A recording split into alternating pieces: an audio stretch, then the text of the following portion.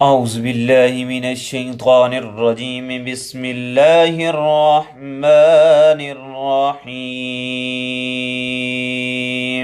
بکھرے موتی 307 فتنوں کے دور میں امت کو کیا کرنا چاہیے؟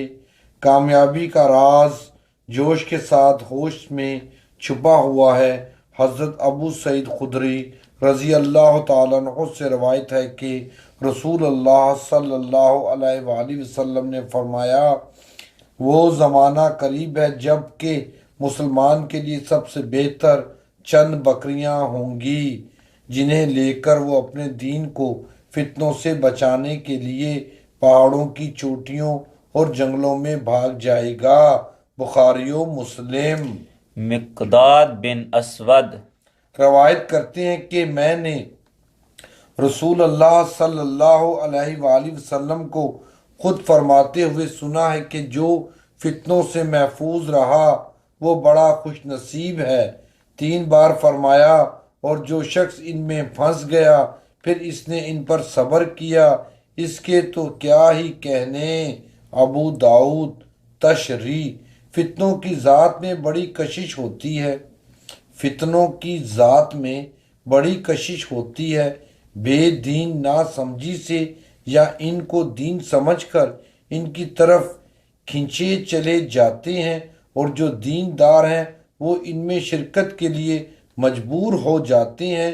ان کی مثال ان متعدی امراض کی سی ہوتی ہے جو فضائے عالم میں دفعتاً پھیل جائیں۔ ایسی فضا میں جا جا کر گھسنا صحت کی قوت کی علامت نہیں بلکہ اس سے لاپرواہی کی بات ہے۔ عافیت اسی میں ہوتی ہے کہ اس فضا ہی سے نکل بھاگے۔ اس حقیقت پر امام بخاری رحمۃ اللہ علیہ نے ایک مستقل باب قائم کر کے متبنہ کیا ہے۔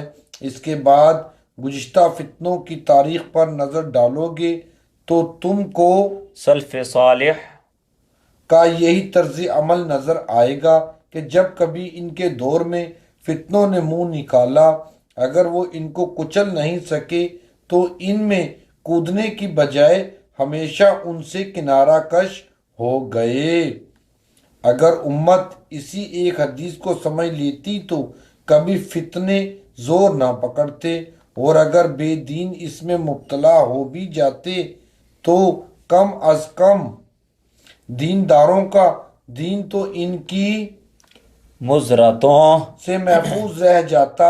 مگر جب اس حدیث کی رعایت نہ رہی تو بے دینوں نے فتنوں کو ہوا دی اور دینداروں نے اصلاح کی خاطر ان میں شرکت کی، پھر ان کی اصلاح کرنے کے بجائے خود اپنا دین بھی کھو بیٹھے۔ واللہ المستعان۔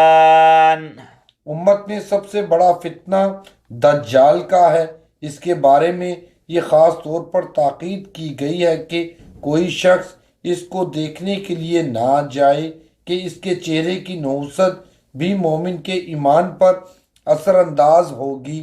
یہ یاد رکھنا چاہیے کہ زبان اور تلوار دونوں کا جہاد اس امت کے فرائض میں سے ہے، مگر یہاں وہ زمانہ مراد ہے جب کہ خود مسلمانوں میں انتشار پیدا ہو جائے، حق و باطل کی تمیز باقی نہ رہے اور اصلاح کا قدم اٹھانا الٹا فساد کا باعث بن جائے۔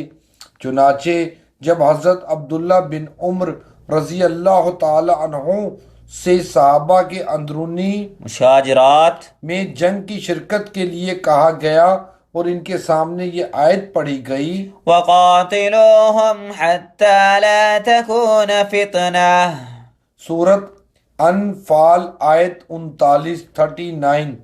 ترجمہ: کافروں سے اس وقت تک جنگ کرتے رہو جب تک کہ فتنہ نہ رہے۔ تو انہوں نے فرمایا فتنوں کے فرد کرنے کے لیے